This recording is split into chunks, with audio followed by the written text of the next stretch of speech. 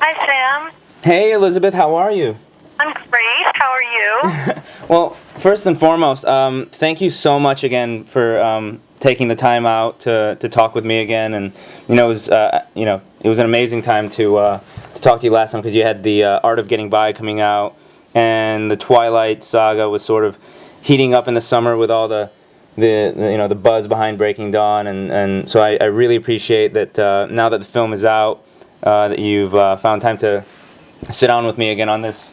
Oh, well, thank you. That's very sweet. I'm happy to talk. I mean, I'm it's my hometown, so I'm always, up for that.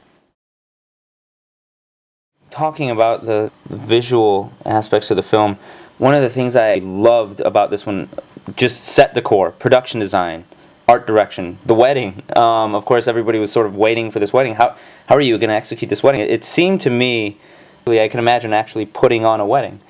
Yeah, it was. It felt like a real wedding in that people were genuinely stressed, and we were worried about weather and all those things that come into play.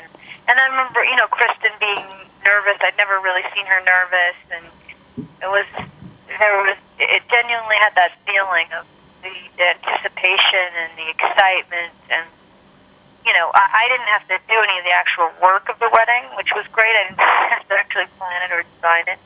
But I was really impressed with what they did. I thought it looked so beautiful, and that the way they used the environment, and the river, and the trees, and the grass, and the colors, and all of that, flowers, I thought that was pretty well done and tasteful, but yet also really beautiful at the same time. Well, I have this strong feeling that a lot of people around the world now are going to be, planning their wedding next summer and sort of plotting it out and wanting to look exactly like what, maybe making phone calls to the production design department there at yeah, I think so too. I think, look, I think it's the fantasy wedding. I think they found the mixture of the sort of humble, natural environment, and then all the beauty, and yet it was really magical.